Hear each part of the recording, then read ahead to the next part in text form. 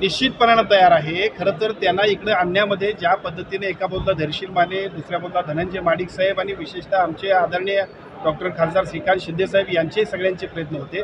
तसं बघायला गेलं तर त्यांनी इकडे येण्यासाठी सुद्धा आमचे प्रयत्न एवढ्यासाठीच होते की कोणत्याही परिस्थितीमध्ये याच्यामध्ये मार्ग निघावा आणि तो मार्ग निघाल्यानंतर आपल्या सगळ्यांना सुद्धा जी काय आपली इमोशनल अटॅचमेंट आहे त्या इमोशनल अटॅचमेंटप्रमाणे कोल्हापूरवासियांना अपेक्षित असणारा निर्णय मिळाला पाहिजे। तो निर्णय मिळण्यासाठीची प्रक्रिया सुरुवात झाली।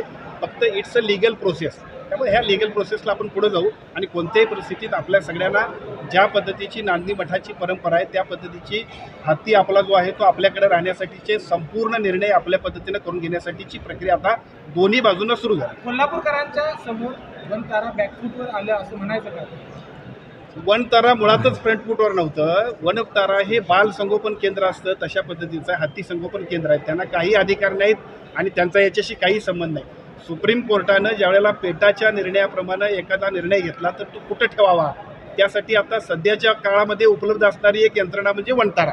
याच्यापेक्षा या वनताराला याच्यामध्ये काही महत्त्व नाही, त्यांचा याच्यात संबंध नाही आणि असला तरी सुप्रीम कोर्ट मोठं आहे आणि केंद्र शासन निश्चितपणे त्याच्यात आपल्या सगळ्यांच्या प्रयत्नाने विशेषतः मी आपल्याला पुन्हा एकदा सांगेन कारण काही लोकांच्या मनामध्ये ज्या शंका आहेत अनेक वर्ष नागपंचमीचा जो काय 32 शिराळ्यातला जो काय आपण सगळेजण नागपंचमीचा उत्सव होता तो बंद होता, परंतु केंद्र शासनानं सकारात्मक भूमिका घेतल्यामुळं याच वर्षी नागपंचमी पूर्वीप्रमाणेच इथं सुरू झाली।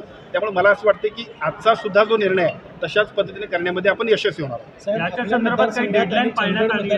हत्तींचा धुमाकूळ कित्येक वर्ष आहे। 5 ते 6 हत्तींचा कळप त्या ठिकाणी येत असतो।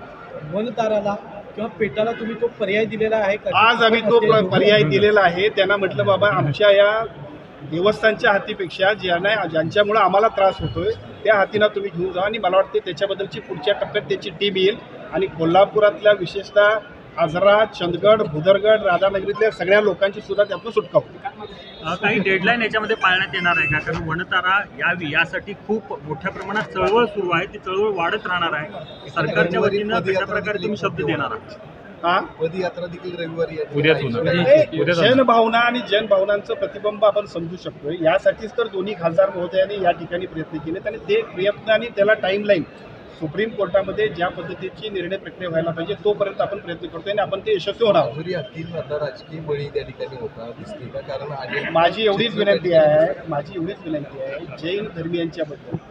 जैन धर्मियांच्या मनामध्ये त्या हातीविषयी असणारी आपुलकी, त्या नांदणी मठातल्या मठाधिपतीपासून सर्व भाविकांचा त्यांच्याविषयी असणारी इमोशनल अटॅचमेंट याला राजकारणाचा वास मिळतो। खरं तर एका बाजूला ज्या पद्धतीचं एक लोकांमध्ये लोकभावना आहे ती इमोशनल अटॅचमेंट आहे, पण दुर्दैवाने त्या इमोशनल अटॅचमेंटला सुद्धा पॉलिटिकल अटॅचमेंट जी येते ती सगळ्यांनीच थांबवली पाहिजे।